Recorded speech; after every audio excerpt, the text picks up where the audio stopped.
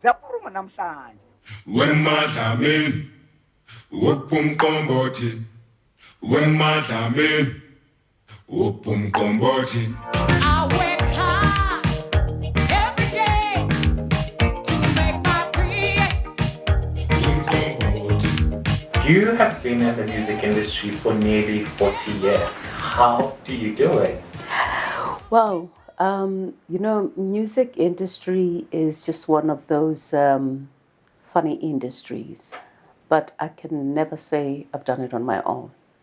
I've had people criticizing me, I've had people loving me, I've had people pushing me, I've had those who've held my hand and just being there for me. And I've come to realize that you can never do it on your own.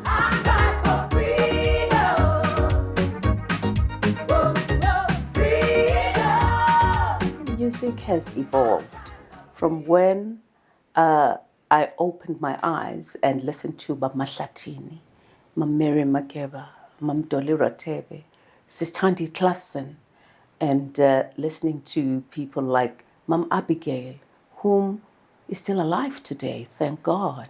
Listening to Brenda Fassie, listening to Chico, Messi Pagela, and listening to other music, your Michael Jackson, your Cesare Ivora. I think for me, music is life. Music is energy, music is culture, music depicts who we are and what we are. Take me back to your childhood growing up in Soweto. How is it, especially because you grew up around a very difficult time, a political climate that wasn't really the best? Growing up in Soweto, if you told me we were poor, I'd laugh at you or even hit you, because there was absolutely no day where we went to sleep without food. Mom would say, Nkabupi, go kwa Sistelma, ask for tomato or onion.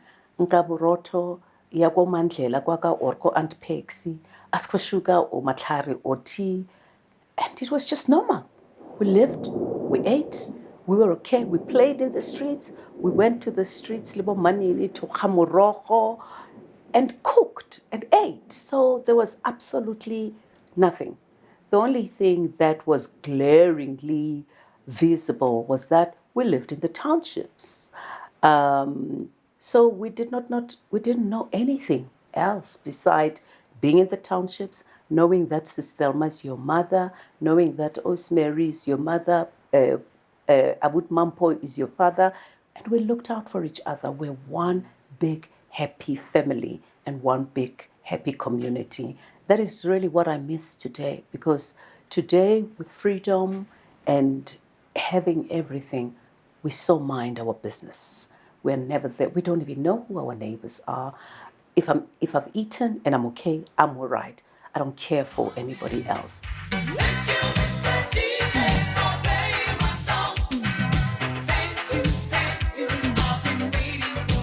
How do you think you were able to produce music that is able to transcend generations, but also time and space? I wanted to have the music that will have longevity, that will be, because I don't sing for myself, I sing for people.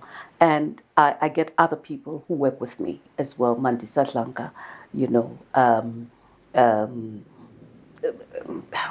Mahlatini and all those people, Rollins and Ndombi and Tembi and all those people. So when we do the music, you create music with other people. The guitar and the keyboard have been with me for 20 years. When I first started, my music was written for me.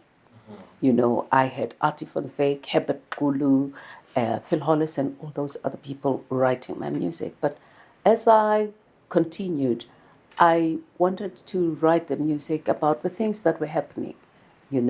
Africa is crying for the children. Who's that man calling me stranger? In my land, my motherland.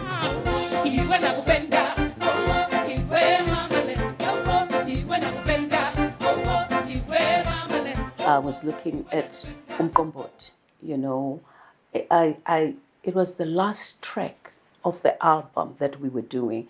it was Khutlaleletsa fela nje, okay, asifakeni le, and just me playing now, my daughter. And the song became a world hit. Starting singing in 1985, obviously it was in the middle of apartheid at that time. And I'm given this platform, and I have this platform. And being a South African, you were a nobody, you know. The land was in white people's land. And obviously, as a black person, you didn't have a say. So it was through arts and culture that we were able to talk about the atrocities that were happening in our countries, in our societies, how we were mistreated, and how we were made to or belittled, for that matter. I mean, South Africa is the only country where a 92-year-old could be raped. It means we are a sick society. What has happened? What is this world coming to?